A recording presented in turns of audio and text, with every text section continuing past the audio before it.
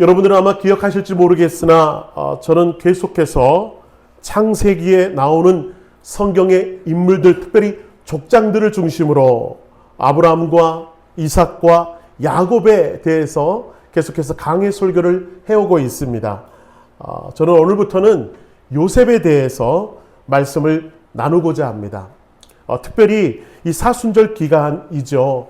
이 기간에 여러분 우리의 죄를 위해 고난당하신 주님을 묵상하는 이 시기에 우리가 왜 요셉을 다뤄야 하는가? 그것은 바로 아주 영적인 중요한 이유가 있기 때문에 그렇습니다.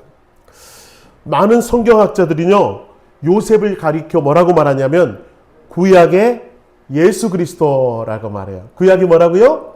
예수 그리스도라고 표현합니다. 요셉의 삶이 예수님과 너무나도 놀라울 정도로 닮아 있다라고 하는 거야. 이 표를 보세요. 요셉은요, 형제에 의해서 은 20에 팔렸습니다. 그런데 예수님도 제자 유다에 의해서 은 30에 팔렸습니다. 구약의 요셉은 30살에 공직에 진출했습니다. 신약의 예수님은 30살에 공생애를 시작했습니다. 구약의 요셉은 후손 70명으로 시작해서 민족을 구원했고요. 예수님께서는 제자 12명을 시작으로 온 세계 인류를 구원하셨습니다. 여러분, 무엇인가 좀 닮아 있지 않습니까? 이 모습을 통해서 요셉의 생애 속에는 예수 그리스도의 모습이 담겨져 있다라고 하는 거예요. 그래서 저는 이 사순절에 요셉을 살펴보는 것은 우리에게 참 유익이 되겠다라는 마음으로 말씀을 준비했습니다.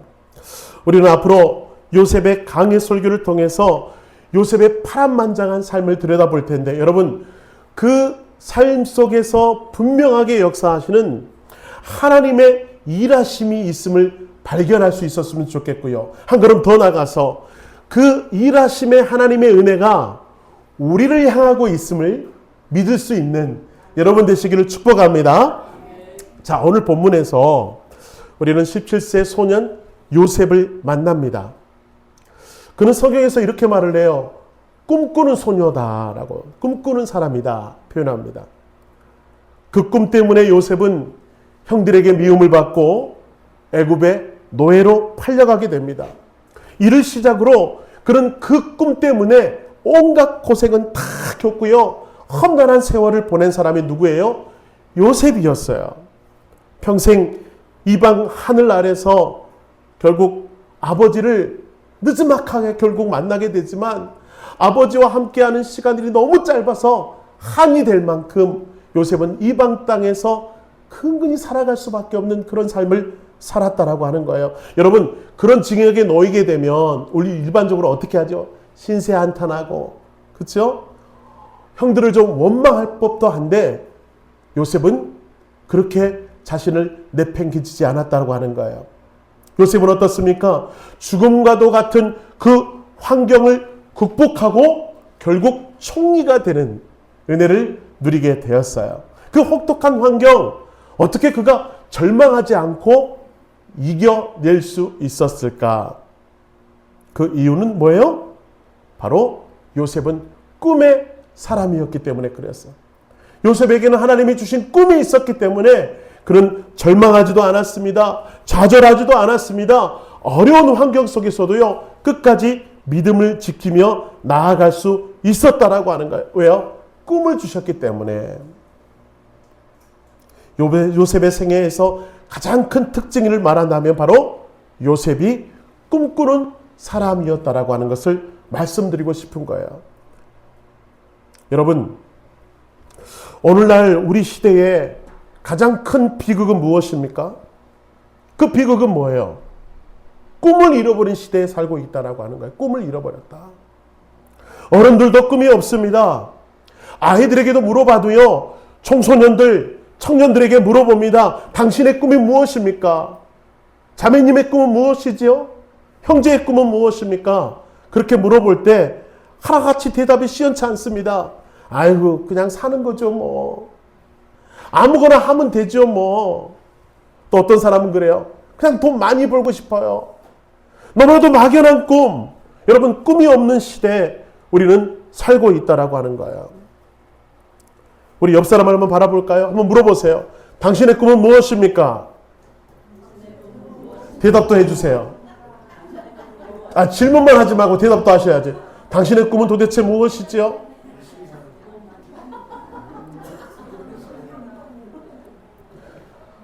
우리는 질문은 하지만 대답은 그렇게 쉽게 나오지가 않습니다. 여러분, 인간과 동물의 차이는 무엇이죠? 동물들은 그저 먹고 자고 싸면 그뿐입니다.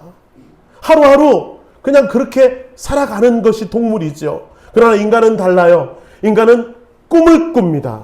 그리고 그 꿈을 향해서 오늘도 전진하고 있다면 우리는 인간이라고 하는 거예요. 여러분, 꿈에는 두 종류가 있습니다.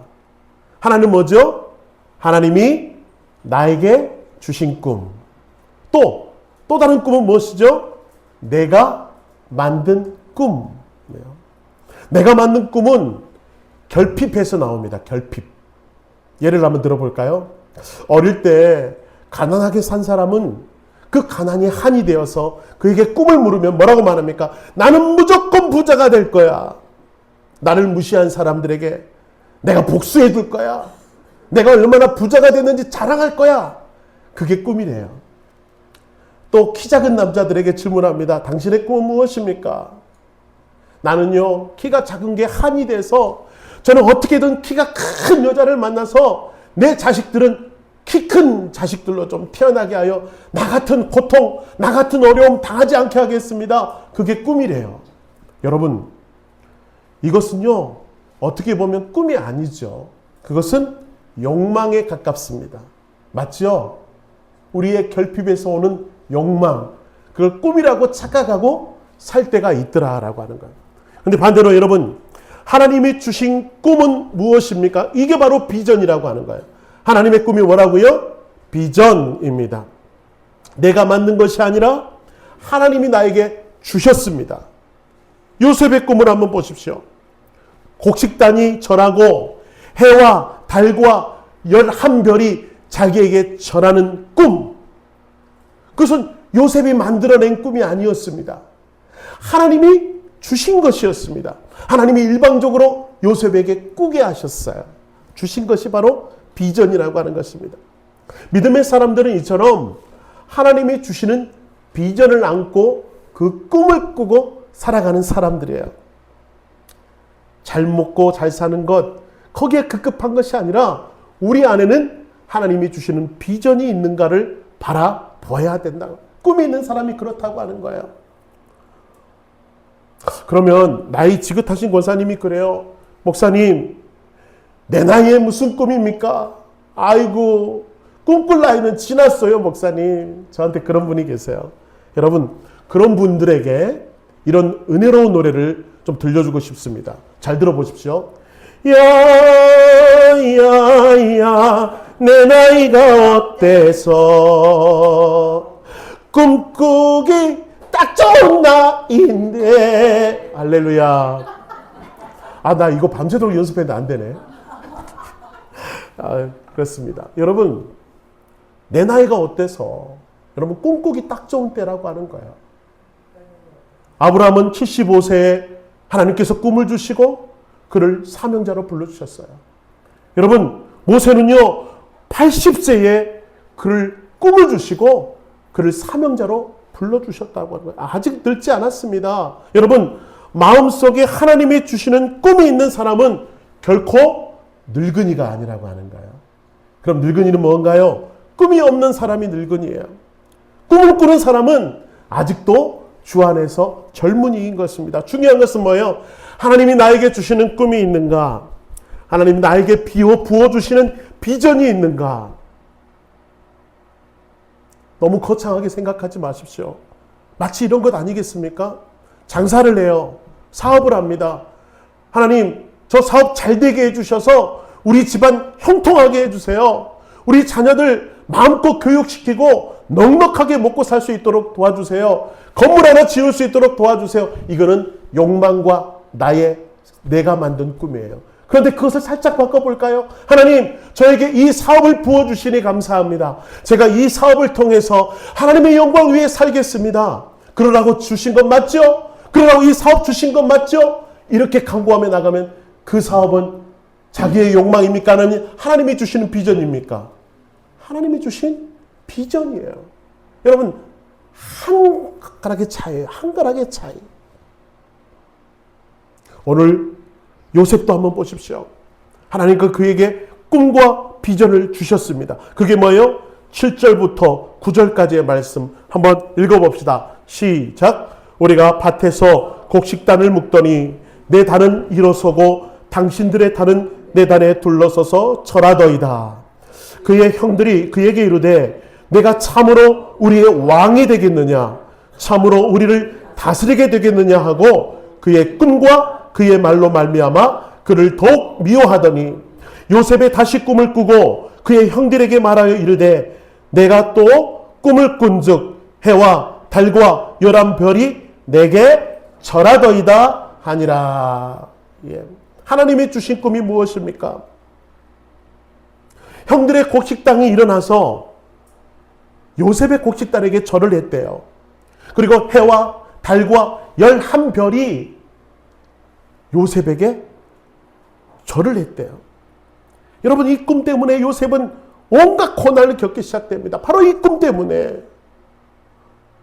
어느 누구도 경험해보지 못한 고난의 인생을 이 꿈 때문에 그 길을 걸어갔어요. 그러나 결국 여러분, 그 꿈은 13년이 지난 후에 하나님께서 너무나도 보기 좋게 이루어 주셨고 흉년의 때에 이스라엘 민족을 구원하는 놀라운 역사의 증거가 되었다라는 것을 우리는 알 수가 있어요. 뭐예요? 꿈을 꾸면 그 꿈은 이루어지다. 따라합시다. 꿈을 꾸면 그 꿈은 이루어집니다. 이게 너무너무 중요해요. 꿈이 없으면 이루지도 못해요. 그러나 꿈을 꾸면 하나님은 그 꿈을 반드시 이루어진다. 다시 한번 여러분에게 질문합니다. 여러분은 꿈이 있으십니까? 여러분의 꿈은 무엇입니까?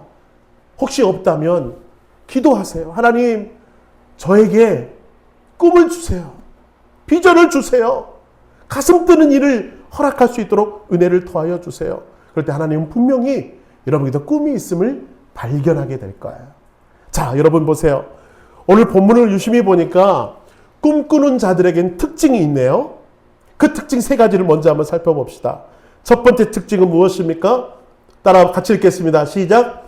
하나님의 꿈을 말하지 않고서는 견딜 수 없다. 첫 번째 꿈꾸는 자의 특징이 뭐라고요? 하나님의 꿈을 말하지 않고서는 견딜 수 없는 심정이 있더라. 요셉도요, 하나님이 주시는 꿈을 갖게 되었습니다. 보세요. 가뜩이나 아버지 야곱이 형들보다 요셉을 더 끔찍히 사랑했어요. 오늘 성경에 보니까 채색 옷을 입힐 만큼 특별하게 요셉을 사랑했습니다. 그러다 보니까요, 그 끔찍한 편애 속에서 요셉은 행복하지만은 않았을 거예요. 왜요? 형들의 시기와 형들의 미움이 당연히 따라왔기 때문에 아버지의 편에 마냥 기쁘지는 못했을 거예요. 요셉에게는. 그럼에도 불구하고 여러분, 형들이 나를 미워하고 있는 걸 뻔히 알면서도 요셉은 어떻습니까? 하나님의 주시는 꿈을 말하지 않고는 견딜 수가 없는 거야. 너무나도 선명한 꿈. 이건 하나님이 주시는 꿈이기 때문에 자랑하고 싶은 마음이 그에게 막 일었다라고 하는 거예요. 요셉이 꿈을 얘기하자 형들은 더욱 노골적으로 요셉을 불편해합니다. 자, 뭐라고 불편해합니까? 이렇게 불편해요. 저기 꿈꾸는 자가 오는도다. 이게 무슨 말이에요? 우리말로 바꾸면 야야야야 저기 꿈쟁이 온다. 꿈쟁이. 지만 잘났지. 지만 잘났지. 지만 꿈꾼다고 그러지. 지만 꿈꾼다고 그래. 아, 이거 또 온다. 또 온다. 우리 아기 또 온다. 그냥 미운 거예요. 그냥 싫은 거예요. 그런데 요셉은 그렇게 자기를 미워하는 가족들에게 계속해서 만날 때마다 뭘 얘기해요? 꿈을 자랑해요. 꿈을 얘기해요. 이게 바로 하늘의 꿈을 품은 사람들의 특징이라고 말한 거예요. 예레미야 보십시오. 그는 자기 민족이 망한다라는 사실을 하나님께 통보를 받습니다. 여러분, 그 사실을 말한다는 것 결코 쉬운 일이 아니죠. 왜죠? 좋은 얘기도요, 자꾸 들으면 짜증나고 싫은데, 야, 곧 멸망한다, 곧 망한다, 곧 죽게 된다, 이 말을 여러분 전하면 사람들이 좋아하겠냐고요? 싫어하죠. 손가락질 할 것입니다. 예레미야에게 돌을 던질 것입니다. 그럼에도 불구하고 여러분, 그 말을 하지 않으면 그가 이런 말을 하더라고. 속에서 불이 붙는 것 같더라. 그 말을 하지 않고 참으려니 내 속에서 뭘 같더라? 불이 붙는 것 같더라. 여러분, 하나님의 꿈은요, 이렇게 터져 나올 수밖에 없는 것입니다. 자랑하고 싶은 거예요. 여러분, 여러분에게도 꿈이 있다면, 여러분, 그 꿈, 하나님이 주신 꿈이라면 자랑으로 터져 나올 수밖에 없다라고 하는 거예요. 그래서 자신을 한번 돌아보세요. 어느 권사님이 이런 고백을 합니다. 야, 교회를 놓고 중보하면 하나님께서 자꾸 화초를 보여주신대요. 화초. 근데 그 화초가요, 시들어 있어요. 시들어 있는데 요즘 점점 그 화초가 생기가 돋고 싹이 나고 잎이 나고 꽃이 피더라고 하는 거예요. 여러분, 우리 교회를 바라보는 시선이 그렇다고 하는 것입니다. 그 권사님의 말인 저는 이게 하나님의 비전이고 하나님의 꿈이라고 생각합니다. 여러분, 우리에게도 하나님이 주시는 분명한 꿈이 있어요. 그것은 바로 예수님이십니다. 그것은 바로 복음입니다. 영원 구원하여 제자 삼으라고 하는 그 확실한 비전이 우리 가운데 있음을 여러분 믿으시기 바랍니다. 저도 그렇습니다. 여러분, 다시 우리 교회에서 아이들의 웃음꽃이 필 꿈을 바라보며 나갑니다. 많은 영혼들이 주께로 돌아와 생명이 살아나는 역사가 우리 재단 가운데 넘쳐나는 꿈. 저는 오늘 또 그 꿈을 품고 말씀을 준비하고 무릎으로 나아가는 거예요. 그러니까 그것이 여러분 얼마나 크게 감격으로 다가오는지. 여러분에게도 꿈이 있습니까? 정말 그 꿈이 하나님이 주시는 꿈이라고 한다면 자랑하지 않을 수 없다라고 하는 거예요. 제가 신방을 하다 보면 여러분이 그래요. 저는 뭐 보여달라고 한 것도 아닌데 자꾸 손주 사진 꺼내서 보여주고 손주가 그림 보여주고 손주가 만들었다는 장난감 막 보여주고 그래. 별로 관심도 없는데 저는. 그러면서 막 자랑을 해요. 왜요? 좋으니까. 손주가 예뻐 죽겠어서 막 목사님 왔다 그러니까 자랑하고 싶은 거야. 그래서 보여주고 또 보여주고 계속 꺼내 보여줘요. 왜요? 좋으니까. 마음에 담아둘 수 없어서 터져 나오는 거야. 손주를 향한 뜨거운 사랑과 감격이 있기 때문에 그렇게 반응하더라라고 하는 거예요. 여러분, 예수님이 내 안에 있는데 어찌 예수님을 말하지 않을 수 있겠습니까? 정말 영광스러운 사건이 믿어진다면, 정말 그 주님의 사건이 믿어진다면 어떻게 그 하나님을 자랑하지 않을 수 있겠습니까? 그 십자가의 하나님이 나의 하나님이시라면 아니 어떻게 자랑하지 않을 수 있냐고요. 꿈이 있는 사람은 자랑하는 거예요. 그러므로 여러분께서 그 구원의 은혜를 얻고 십자가를 붙드는 인생이라면 그 십자가를 마음껏 자랑하시고 그 꿈을 선포하시는 믿음의 사람 될 줄로 믿습니다. 다시 한번 옆 사람 바라보면서 자랑하면서 합시다. 시작. 자랑하면서 합시다. 우리 집사람이 그래요. 이제 그만해라. 그만 좀 인사시켜라. 오늘 화장 별로 안 먹었는데 자꾸 쳐다보게 하지 말아라. 그렇게 말은 하고 싶은 걸 어떻게 싫은 사람들 여기 올라와 대신 설교하세요. 싫으신 분들은 좋습니다. 두 번째로요. 우리 한번 바라봅시다. 두 번째는 뭐예요? 같이 읽겠습니다. 꿈꾸는 자의 특징. 두 번째. 시작. 그 꿈을 이야기할 때 미움을 받을 수 있다. 여러분, 꿈을 이야기할 때 미움을 받을 수 있어요. 오늘 요셉의 이야기 속에서도 또 하나 발견되는 것은 뭐예요? 하나님의 꿈을 이야기하면 미움을 받는다. 환영받지 못한다. 사람들이 박수 쳐주지 않는다라고 하는 것. 자, 보세요. 8절 한번 보십시오. 한번 저 노란 글씨를 중심으로 다시 한번 읽어보겠습니다. 시작. 그의 형들이 그에게 이르되 내가 참으로 우리의 왕이 되겠느냐? 참으로 우리를 다스리게 되겠느냐 하고 그의 꿈과 그의 말로 말미암아 그를 더욱 미워하더라. 이게 바로 꿈꾸는 사람들에게 찾아오는 힘든 점입니다. 그러니까 하나님의 꿈을 말하면 세상이 우리를 환영하지 않습니다. 도리어 모함을 당하고 오해를 받고 공격을 받을 수 있습니다. 이게 바로 하나님의 꿈을 말하는 사람들의 특징이라고 하는 거예요. 여러분 혹시 지금 꿈을 이야기하면서 하나님을 증거하면서 하나님을 자랑하는 사람들에게 당하는 오해, 위기, 고난이 있다면 여러분 기뻐하십시오. 여러분 하나님의 제자가 되었다는 증거이기 때문에 그렇습니다. 주님의 제자들이 그랬어요. 가는 곳마다 복음을 전할 때마다, 가는 곳마다 예수를 자랑할 때, 가는 곳마다 그곳에서 박해를 받고 가는 곳마다 핍박을 받을 수밖에 없어서, 그래서 예수님도 이렇게 말씀합니다. 이 말씀 한번 보세요. 요한복음 15장 18절, 세상이 너희를 미워하면 너희보다 먼저 나를 미워하는 줄 알라 말했어요. 이게 무슨 말입니까? 세상이 제자들을 미워하는 이유는 그들이 세상에 속하지 않고 예수님께 속해 있기 때문에 그렇다. 다시 말하면 제자들이 세상에서 미움을 받고 있다는 증거는, 그것은 너희가 예수님에게 제대로 속해 있기 때문에 세상에서 손가락질 받는다라는 뜻입니다. 만약에 여러분이 하나님의 꿈을 선포하다가 고난을 겪고 있다면 그야말로 기뻐할 일이에요. 여러분은 비로소 그리스도의 제자가 되었습니다. 그런데 반대로 세상이 여러분을 열렬히 환영하고 있다면, 세상이 여러분을 너무너무 좋아하고 있다면, 만약 그렇다면 여러분 두려워하십시오. 그것은 우리가 세상과 닮아가고 있다는 신호일지도 모르겠습니다. 하나님의 사람이 세상 사람으로 살아간다고 하는 것, 예수 그리스도 향기를 드러내지 못하고 사는 것, 이게 위기라고 하는 거예요.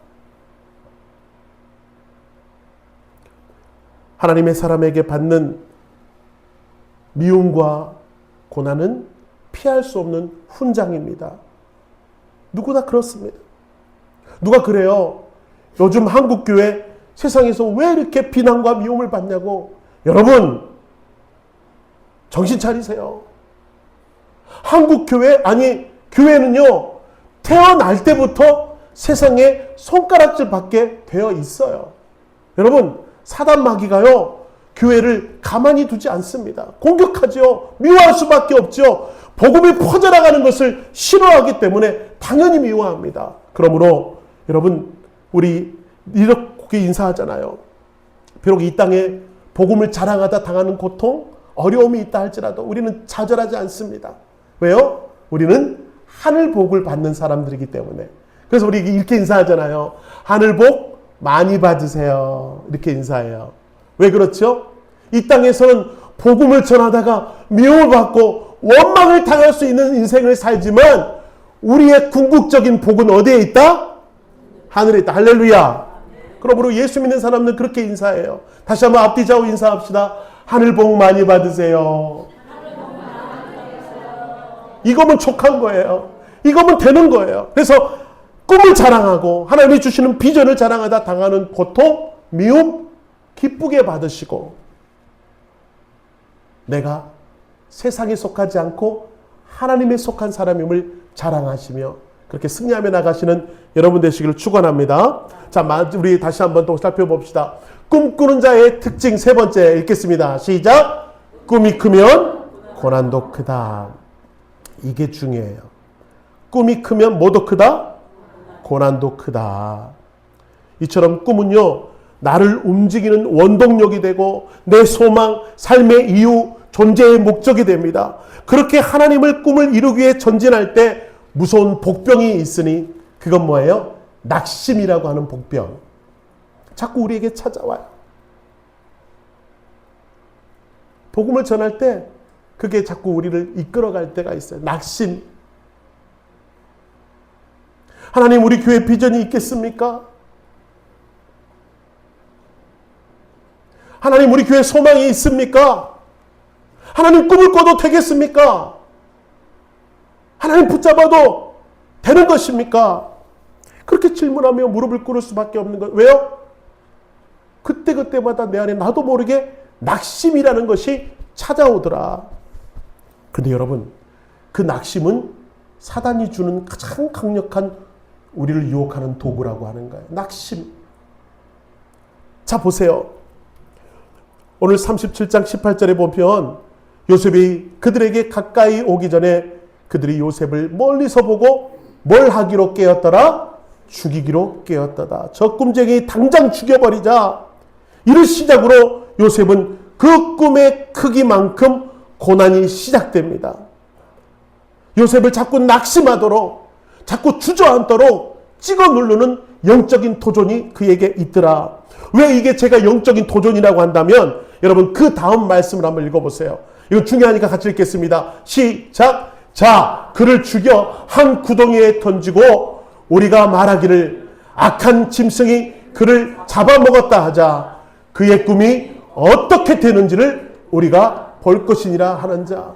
여러분 보세요. 여기서 꿈의 사람 요셉을 무너뜨리려고 하는 것이 아니라 진짜 우리 형들이 뭘 눌러버리고 싶은 거예요? 그 꿈이 어떻게 되는지를 우리가 볼 것이라. 그 꿈이 하나님이 주시는 꿈이라고 하는데 그 꿈이 어떻게 진리견지는지, 어떻게 무너지는지를 우리가 볼 것이다 라고 하는 영적 싸움이라고 하는 거야.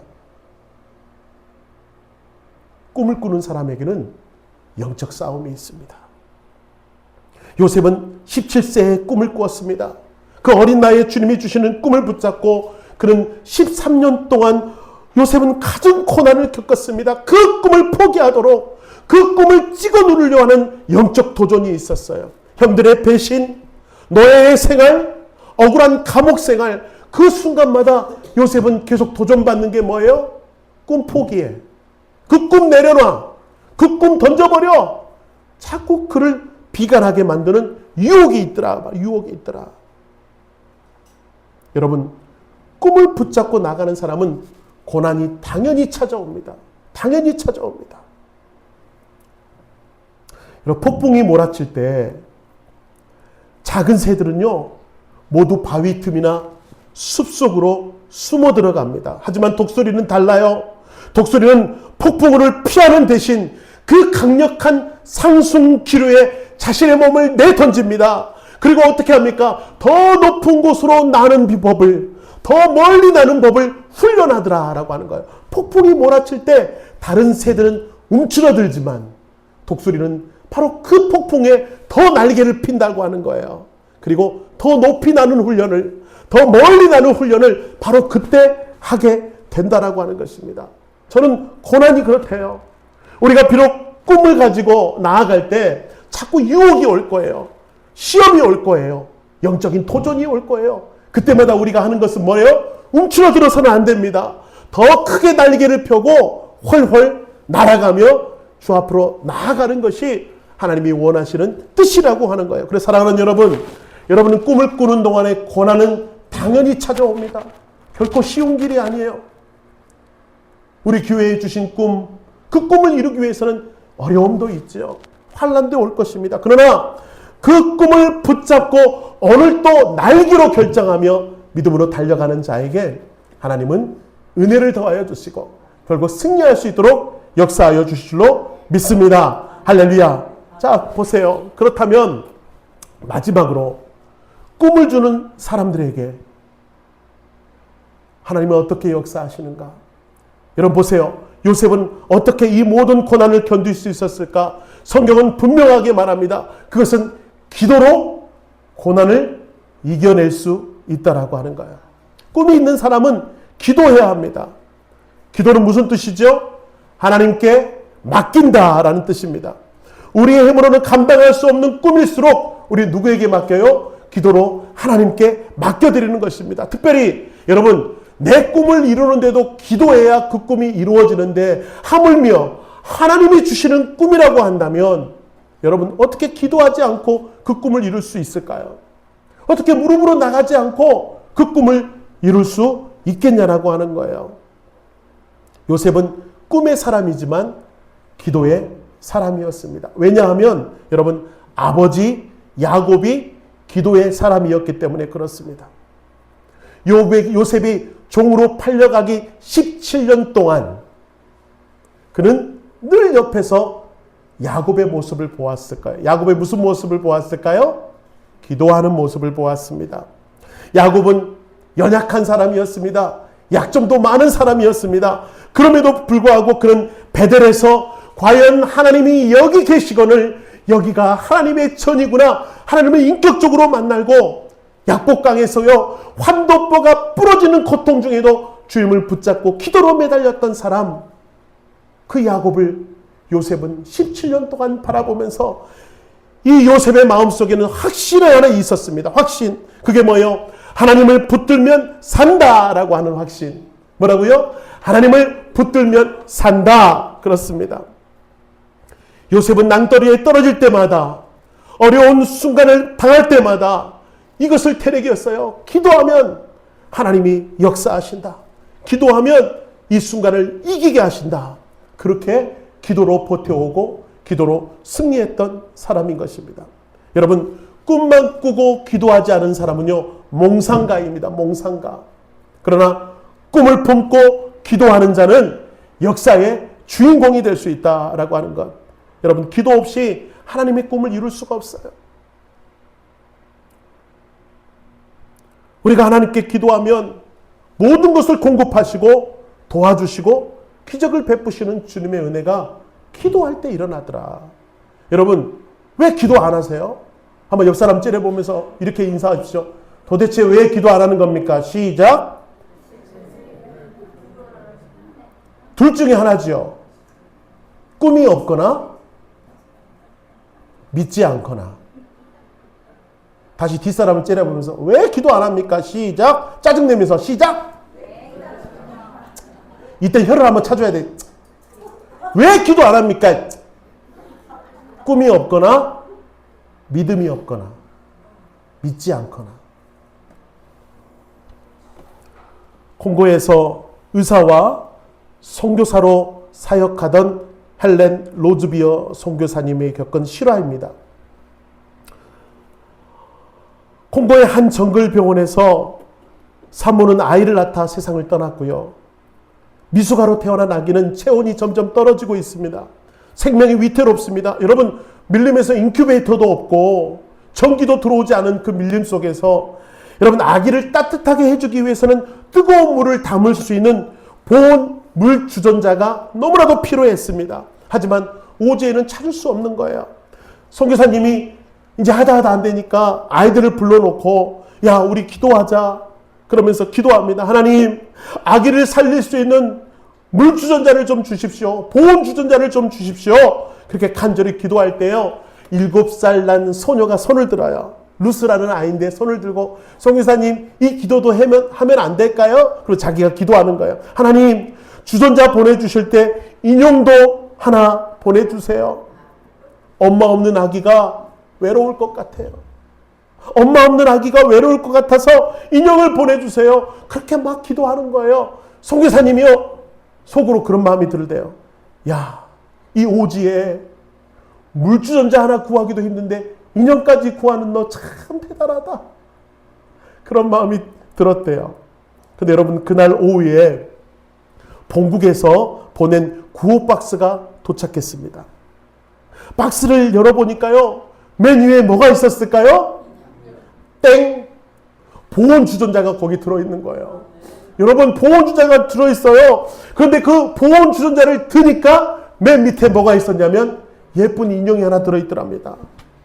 여러분, 5개월 전 이 박스가 배에 실릴 때 하나님은 이미 그 로즈의 기도를 들어 응답하신 줄로 믿습니다. 그리고 배에 실려 왔어요. 사랑하는 성도 여러분, 하나님이 주시는 꿈은 결코 사라지지 않는다. 여러분이 기도하는 그 순간 하나님은 이미 응답의 박스를 출발시키시고 계신 줄로 믿습니다. 보이진 않지만, 당장에 이루어진 것 같지는 않지만 하나님, 여러분 순전하게 기도하는 7살의 로스의 기도를 하나님은 응답하시고 있는 거예요. 하나님은 반드시 주실 줄 믿습니다. 하나님은 반드시 꿈을 이루실 것입니다. 이 꿈을 통해서 하나님은 반드시 영광 받으실 것입니다. 그래서 주님은 이렇게 말씀하세요. 항상 기도하고 낙심하지 말라. 기도는 낙심을 이기는 힘입니다. 기도는 절망을 이깁니다. 기도는 꿈을 지키는 힘입니다. 그러므로 사랑하는 성도 여러분, 우리가 꿈을 소유히 했다면, 오늘 주님이 주시는 꿈이 내 안에 있다면 그 꿈을 포기하지 마시고 어떠한 역경과 어떤 어려움이 온다 할지라도 그 꿈을 붙잡고 기도하며 나갈 줄 아시는 믿음의 사람이 되셔서 우리 양지중앙교회에 부으시는 하나님의 꿈이 온전히 이루어지는 부흥의 때를 맛보는 여러분의 삶이 되시기를 축원합니다. 아멘. 우리 찬양팀 나오시고요. 말씀을 마무리하면서 이 말씀 한번 읽어봅시다. 같이 읽겠습니다. 시작. 그의 형들은 시기하되 그의 아버지는 그 말을 전적으로 간직해 두었더라. 형들은 시기했습니다. 그 꿈을 무시했습니다. 그 꿈을 저주했습니다. 그러나 그의 아버지는 간직해 두었더라. 저는 저 아버지라는 단어가요, 야곱이 아니라 하나님 같은 거예요. 여러분, 사단 마귀는 우리 꿈을 무시합니다. 세상 사람들은 우리 꿈에 손가락질합니다. 그러나 하나님은 우리의 꿈을 그 마음에 간직해 두시고 응답하시기로 작정하셨다. 이 은혜가 여러분 가운데 있고 그 확신이 여러분들 가운데 있기를 축복하면서 우리 시간 찬양합시다.